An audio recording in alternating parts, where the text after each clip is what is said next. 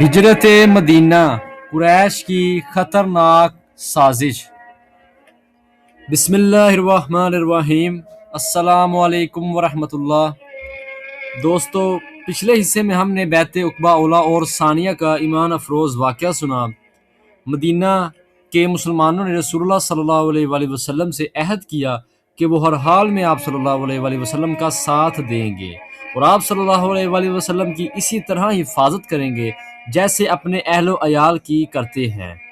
اس بیعت کے بعد اللہ تعالیٰ نے مسلمانوں کو مدینہ ہجرت کرنے کی اجازت عطا فرما دی، چنانچہ صحابہ اکرام اپنا گھر بار، اپنا مال، اپنی زمینیں اور اپنے کاروبار چھوڑ کر صرف اللہ اور اس کے رسول صلی اللہ علیہ وآلہ وسلم کی رضا کے لیے مدینہ روانہ ہونے لگے۔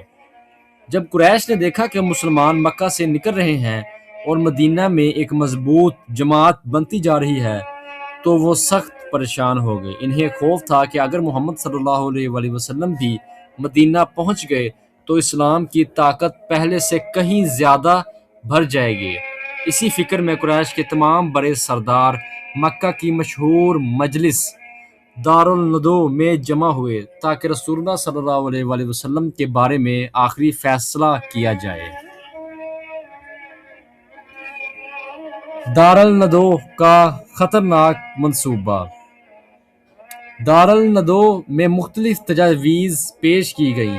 کسی نے کہا محمد صلی اللہ علیہ وآلہ وسلم کو قید کر دو تاکہ وہ لوگوں تک اپنا پیغام نہ پہنچا سکے۔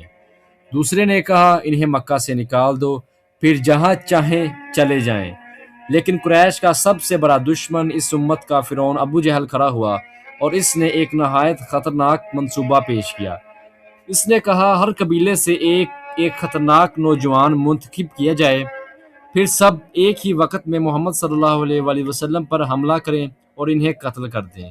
اسی طرح ان کا خون تمام قبائل میں تقسیم ہو جائے گا اور بنو ہاشم یعنی رسول اللہ صلی اللہ علیہ وآلہ وسلم کا قبیلہ کسی ایک قبیلے سے دوسرے قبیلے سے بدلہ نہیں لے سکے گا۔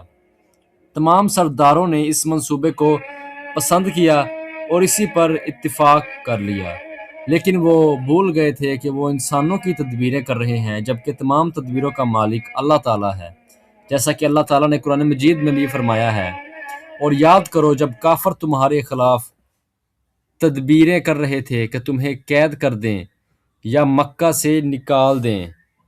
وہ تدبیریں کر رہے تھے اور اللہ بھی تدبیر فرما رہا تھا، اور اللہ سب سے بہتر تدبیر فرمانے والا ہے۔ سورۃ الانفال آیت نمبر 30۔ اللہ تعالیٰ نے اپنے محبوب صلی اللہ علیہ وآلہ وسلم کو خبر دی۔ اسی رات حضرت جبرائیل علیہ السلام رسول اللہ صلی اللہ علیہ وآلہ وسلم کے پاس تشریف لائے اور اللہ تعالیٰ کے حکم سے قریش کی اسی سازش کی خبر دی۔ اللہ تعالیٰ نے اپنے محبوب صلی اللہ علیہ وآلہ وسلم کو حکم دیا کہ اب مکہ چھوڑنے کا وقت آ چکا ہے۔ رسول اللہ صلی اللہ علیہ وآلہ وسلم نے فوراً اپنے سب سے وفادار ساتھی حضرت ابوبکر صدیق رضی اللہ تعالیٰ عنہ کو ہجرت کی تیاری کا پیغام دیا۔ حضرت ابوبکر صدیق رضی اللہ تعالیٰ عنہ مدت سے اس دن کے منتظر تھے۔ انہوں نے پہلے ہی 2 مضبوط اونٹنیاں تیار کر رکھی تھی تاکہ جب اللہ تعالیٰ کی طرف سے اجازت ملے تو فوراً روانہ ہو سکیں۔ صحیح بخاری حدیث نمبر 3905۔ مولا علی رضی اللہ تعالیٰ عنہ کی عظیم قربانی۔ رسول اللہ صلی اللہ علیہ وآلہ وسلم جانتے تھے کہ رات کے وقت قریش کے نوجوان آپ صلی اللہ علیہ وآلہ وسلم کے گھر کا محاصرہ کریں گے۔ اس موقع پر آپ صلی اللہ علیہ وآلہ وسلم نے اپنے چچا زاد بھائی حضرت علی بن ابی طالب رضی اللہ تعالیٰ عنہ کو بلایا۔ آپ صلی اللہ علیہ وآلہ وسلم نے فرمایا اے علی، آج رات تم میرے بستر پر سو جاؤ اور میری سبز چادر اوڑھ لو۔ یہ سن کر حضرت علی رضی اللہ تعالیٰ عنہ نے ایک لمحے کے لیے بھی ہچکچاہٹ محسوس نہ کی۔ انہیں معلوم تھا کہ اگر دشمن حملہ کر دیں تو جان بھی جا سکتی ہے، لیکن رسول اللہ صلی اللہ علیہ وآلہ وسلم کی حفاظت کے لیے انہوں نے اپنی جان کی پرواہ نہ کی۔ صرف یہی نہیں، رسول اللہ صلی اللہ علیہ وآلہ وسلم نے حضرت علی رضی اللہ تعالیٰ عنہ علیہ السلام کو یہ ذمہ داری بھی دی کہ مکہ کے لوگوں کی تمام امانتیں جو انہوں نے آپ صلی اللہ علیہ وآلہ وسلم کے پاس رکھی تھیں ان کے اصل مالکان کو واپس کر دیں۔ یہ واقعہ اس بات کا بھی ثبوت ہے کہ جو لوگ رسول اللہ صلی اللہ علیہ وآلہ وسلم کو جھٹلاتے تھے وہ بھی اپنی امانتیں آپ صلی اللہ علیہ وآلہ وسلم ہی کے پاس رکھتے تھے، کیونکہ پوری مکہ میں آپ صلی اللہ علیہ وآلہ وسلم صادق اور الامین کے نام سے مشہور تھے۔ گھر کا محاصرہ۔ دوسری طرف قریش کے منتخب نوجوان تلواریں لیے رسول اللہ صلی اللہ علیہ وآلہ وسلم کے گھر کے باہر جمع ہو چکے تھے۔ وہ انتظار کر رہے تھے کہ جیسے ہی صبح ہو سب مل کر ایک ساتھ حملہ کر دیں، لیکن انہیں کیا معلوم تھا کہ اللہ تعالیٰ نے اپنے محبوب صلی اللہ علیہ وآلہ وسلم کی حفاظت کا ایسا انتظام فرمایا ہے جس کا وہ تصور بھی نہیں کر سکتے تھے۔ رسول اللہ صلی اللہ علیہ وآلہ وسلم کا گھر سے نکلنا۔ رات گہری ہو چکی تھی۔ قریش کے نوجوان ہاتھوں میں تلواریں لیے رسول اللہ صلی اللہ علیہ وآلہ وسلم کے گھر کا محاصرہ کیے ہوئے تھے۔ وہ صبح ہونے کا انتظار کر رہے تھے تاکہ سب ایک ساتھ حملہ کر دیں، لیکن اللہ تعالیٰ نے اپنے محبوب صلی اللہ علیہ وآلہ وسلم کی حفاظت فرمائی۔ رسول اللہ صلی اللہ علیہ وآلہ وسلم اپنے گھر سے باہر تشریف لائے۔ آپ صلی اللہ علیہ وآلہ وسلم نے مٹھی بھر مٹی اٹھائی اور ان سازشی نوجوانوں کی طرف ڈالی، جبکہ اللہ تعالیٰ کی یہ آیت تلاوت فرما رہے تھے، اور ہم نے ان کے آگے بھی ایک دیوار بنا دی اور ان کے پیچھے بھی ایک دیوار بنا دی، پھر ہم نے انہیں ڈھانپ دیا، پس وہ دیکھ نہیں سکتے۔ سورۃ یاسین میں ہے یہ۔ اللہ تعالیٰ نے ان کی آنکھوں پر ایسا پردہ ڈال دیا تھا کہ رسول اللہ صلی اللہ علیہ وآلہ وسلم ان کے درمیان سے گزر گئے، مگر کسی نے بھی آپ صلی اللہ علیہ وآلہ وسلم کو نہیں دیکھا۔ کچھ دیر بعد ایک شخص وہاں سے گزرا اور حیران ہو کر بولا، تم لوگ یہاں کیوں کھڑے ہو؟ تم لوگ یہاں کیوں کھڑے ہو؟ انہوں نے کہا، ہم محمد صلی اللہ علیہ وآلہ وسلم کا انتظار کر رہے ہیں۔ اسی شخص نے جواب دیا، وہ تو تمہارے سامنے سے گزر کر جا چکے ہیں۔ وہ تو تمہارے سامنے سے گزر کر جا چکے ہیں اور تمہیں خبر بھی نہیں ہوئی۔ جب انہوں نے اپنے سروں پر ہاتھ رکھا تو مٹی گری، تب انہیں احساس ہوا کہ وہ دھوکہ کھا چکے ہیں۔ حضرت ابوبکر رضی اللہ تعالیٰ عنہ کی گھر سے روانگی۔ رسول اللہ صلی اللہ علیہ وآلہ وسلم سیدھے حضرت ابوبکر صدیق رضی اللہ تعالیٰ عنہ کے گھر تشریف لے گئے۔ جب حضرت ابوبکر صدیق رضی اللہ تعالیٰ عنہ پہلے ہی بے چینی سے انتظار کر رہے تھے، جب رسول اللہ صلی اللہ علیہ وآلہ وسلم نے فرمایا اللہ تعالیٰ نے ہجرت کی اجازت دے دی ہے، تو حضرت ابوبکر صدیق رضی اللہ تعالیٰ عنہ کی آنکھوں میں خوشی کے آنسو بہنے لگے۔ انہوں نے عرض کیا، یا رسول اللہ صلی اللہ علیہ وآلہ وسلم، کیا مجھے بھی آپ کی رفاقت نصیب ہوگی؟ رسول اللہ صلی اللہ علیہ وآلہ وسلم نے فرمایا، ہاں تم میرے ساتھی ہو۔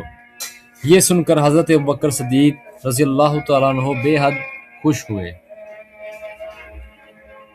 غار ثور کی طرف سفر۔ عام راستہ مدینہ کی طرف شمال میں تھا، لیکن رسول اللہ صلی اللہ علیہ وآلہ وسلم نے حکمت عملی کے تحت اس کے برعکس جنوب کی طرف جانے والا راستہ اختیار فرمایا تاکہ دشمن دھوکے میں رہیں۔ آپ صلی اللہ علیہ وآلہ وسلم اور حضرت ابوبکر مکہ سے تقریباً 5 کلومیٹر دور غار ثور میں پہنچے۔ غار میں داخل ہونے سے پہلے حضرت ابوبکر صدیق رضی اللہ تعالیٰ عنہ نے عرض کیا، یا رسول اللہ صلی اللہ علیہ وآلہ وسلم، آپ ذرا باہر ٹھہریے، میں پہلے غار کو اچھی طرح دیکھ لوں، کہیں اس کے اندر کوئی خطرناک جانور یا سانپ تو نہیں۔ انہوں نے غار کی صفائی کی، سوراخ بند کیے، پھر عرض کیا، یا رسول اللہ صلی اللہ علیہ وآلہ وسلم، اب اندر تشریف لائیں۔ یہ رسول اللہ صلی اللہ علیہ وآلہ وسلم سے ان کی بے مثال و محبت کی علامت تھی۔ غار میں 3 دن قیام۔ رسول اللہ صلی اللہ علیہ وآلہ وسلم اور حضرت ابوبکر رضی اللہ تعالیٰ عنہ نے غار ثور میں 3 دن قیام فرمایا۔ اسی دوران حضرت ابوبکر رضی اللہ تعالیٰ عنہ کے خاندان نے عظیم خدمات انجام دی۔ حضرت عبداللہ بن ابوبکر رضی اللہ تعالیٰ عنہ دن بھر مکہ میں رہتے، قریش کی خبریں سنتے اور رات کو غار میں آ کر رسول اللہ صلی اللہ علیہ وآلہ وسلم کو سب حالات بتاتے۔ حضرت اسمہ بنت ابوبکر رضی اللہ تعالیٰ عنہ کھانا اور پانی لے کر غار تک پہنچاتی۔ جب ان کے پاس کھانے کا تھیلا باندھنے کے لیے رسی نہ ملتی تو انہوں نے اپنی چادر کا پٹکا پھاڑ کر 2 حصے کیے۔ اسی وجہ سے رسول اللہ صلی اللہ علیہ وآلہ وسلم نے انہیں ذات النطاقین کا لقب عطا فرمایا، یعنی 2 پٹکوں والی۔ حضرت عامر بن فہیرہ رضی اللہ تعالیٰ عنہ اپنی بکریاں اسی راستے سے لے جاتے تاکہ قدموں کے نشانات مٹ جائیں اور دودھ بھی پہنچ جائے۔ یہ سب انتظام اللہ تعالیٰ کے حکم سے رسول اللہ صلی اللہ علیہ وآلہ وسلم کی حفاظت کا ذریعہ بنا۔ دشمن غار کے دہانے تک پہنچ گئے۔ قریش نے رسول اللہ صلی اللہ علیہ وآلہ وسلم کو تلاش کرنے والے کے لیے 100 اونٹوں کا انعام مقرر کر دیا۔ بہت سے لوگ تلاش کرتے کرتے غار ثور کے دہانے تک پہنچ گئے۔ حضرت ابوبکر رضی اللہ تعالیٰ عنہ نے جب ان کے قدم دیکھے تو گھبرا کر عرض کیا، یا رسول اللہ صلی اللہ علیہ وآلہ وسلم، اگر ان میں سے کوئی اپنے قدموں کی طرف دیکھ لے تو ہمیں دیکھ لے گا۔ رسول اللہ صلی اللہ علیہ وآلہ وسلم نے نہایت اطمینان سے فرمایا، غم نہ کرو، بے شک اللہ ہمارے ساتھ ہے۔ پھر فرمایا، اے ابوبکر، ان 2 کے بارے میں تمہارا کیا خیال ہے جن کے ساتھ تیسرا اللہ ہو؟ یہ صحیح بخاری میں ہے، 3653 نمبر حدیث۔ یہ الفاظ صرف حضرت ابوبکر کے لیے تسلی نہیں تھے، بلکہ قیامت تک ہر مسلمان کے لیے یقین اور توکل کا سبق ہیں۔ مدینہ کی طرف روانگی۔ 3 دن گزرنے کے بعد حضرت عبداللہ بن عریق جو راستوں کے ماہر تھے، دونوں اونٹنیاں لے کر غار ثور پہنچے۔ رسول اللہ صلی اللہ علیہ وآلہ وسلم، حضرت ابوبکر رضی اللہ تعالیٰ عنہ، حضرت عامر بن فہیرہ رضی اللہ تعالیٰ عنہ اور عبداللہ بن عریقت مدینہ کی طرف روانہ ہوئے۔ انہوں نے عام راستہ اختیار نہیں کیا بلکہ ساحلی اور کم استعمال ہونے والا راستہ اختیار کیا تاکہ قریش ان تک نہ پہنچ سکے۔ سراقہ بن مالک کا واقعہ۔ قریش نے اعلان کر رکھا تھا کہ جو شخص محمد صلی اللہ علیہ وآلہ وسلم کو گرفتار کر کے لائے گا اسے 100 اونٹ انعام میں دیے جائیں گے۔ یہ سن کر ایک مشہور سوار سراقہ بن مالک انعام کے لالچ میں رسول اللہ صلی اللہ علیہ وآلہ وسلم کے پیچھے نکل پڑا۔ جب وہ رسول صلی اللہ علیہ وآلہ وسلم کے قریب پہنچا تو اچانک اس کے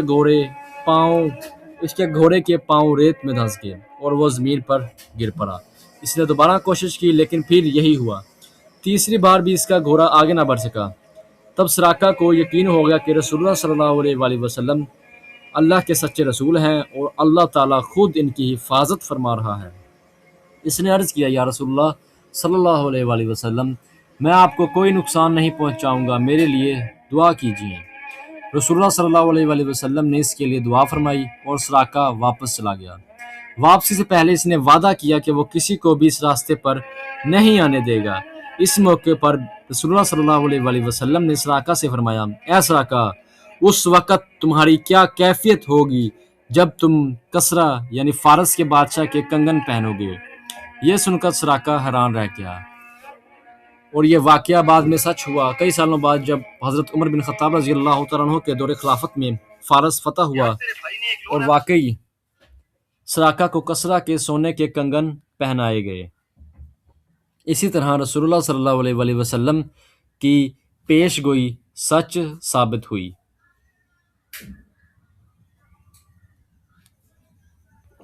آپ صلی اللہ علیہ وسلم کی پیش گوئی سچ ثابت ہوئی۔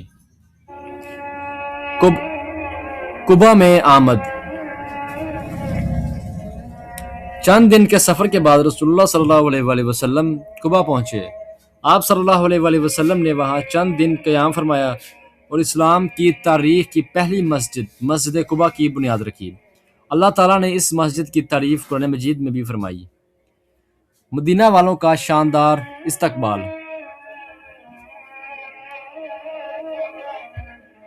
جب مدینہ کے مسلمانوں کو خبر ملی کہ رسول اللہ صلی اللہ علیہ وآلہ وسلم تشریف لا رہے ہیں تو وہ ہر روز شہر سے باہر جا کر آپ صلی اللہ علیہ وآلہ وسلم کا انتظار کرتے۔ آخر کار وہ مبارک دن آ پہنچا جب رسول اللہ صلی اللہ علیہ وآلہ وسلم مدینہ میں داخل ہوئے۔ خوشی کی لہر پورے شہر میں دوڑ گئی۔ مرد، عورتیں اور بچے سب اپنے گھروں سے باہر نکل آئے۔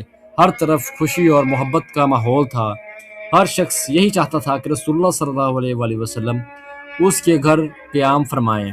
لوگ عرض کرتے، یا رسول اللہ صلی اللہ علیہ وآلہ وسلم، ہمارے گھر تشریف لائیں۔ لیکن رسول اللہ صلی اللہ علیہ وآلہ وسلم نے فرمایا، میری اونٹنی کو چھوڑ دو، یہ اللہ کے حکم سے جہاں بیٹھے گی وہیں میرا مقام ہوگا۔ حضرت ابو ایوب انصاری رضی اللہ تعالیٰ عنہ کے گھر قیام۔ رسول اللہ صلی اللہ علیہ وآلہ وسلم کی اونٹنی ایک جگہ جا کر بیٹھ گئی جو 2 یتیم بچوں کی زمین تھی۔ اس کے قریب حضرت ابو ایوب انصاری رضی اللہ تعالیٰ عنہ کا گھر تھا۔ رسول اللہ صلی اللہ علیہ وآلہ وسلم نے چند ماہ حضرت ابو ایوب انصاری رضی اللہ تعالیٰ عنہ کا گھر قیام فرمایا۔ حضرت ابو ایوب اور ان کی اہلیہ رسول اللہ صلی اللہ علیہ وآلہ وسلم کی خدمت کو اپنی زندگی کی سب سے بڑی سعادت سمجھتے تھے اور ہونی بھی چاہیے۔ بعد میں اسی جگہ مسجد نبوی کی تعمیر شروع ہوئی جو آج دنیا کی عظیم ترین مساجد میں شمار ہوتی ہے۔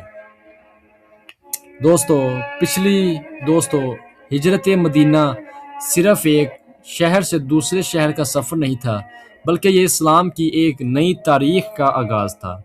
یہیں سے اسلامی معاشرہ وجود میں آیا، مسجد نبوی تعمیر ہوئی، مہاجرین اور انصار کے درمیان بھائی چارہ قائم ہوا اور اسلام پوری دنیا میں پھیلنے لگا۔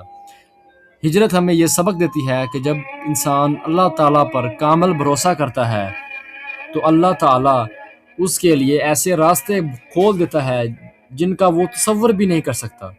اگر آپ کو یہ ویڈیو پسند آئی ہو تو اسے لازمی طور پر لائک کریں، اپنے دوستوں کے ساتھ شیئر کریں، ہمارے چینل کو لازمی طور پر سبسکرائب کر دیں۔ السلام علیکم ورحمۃ اللہ۔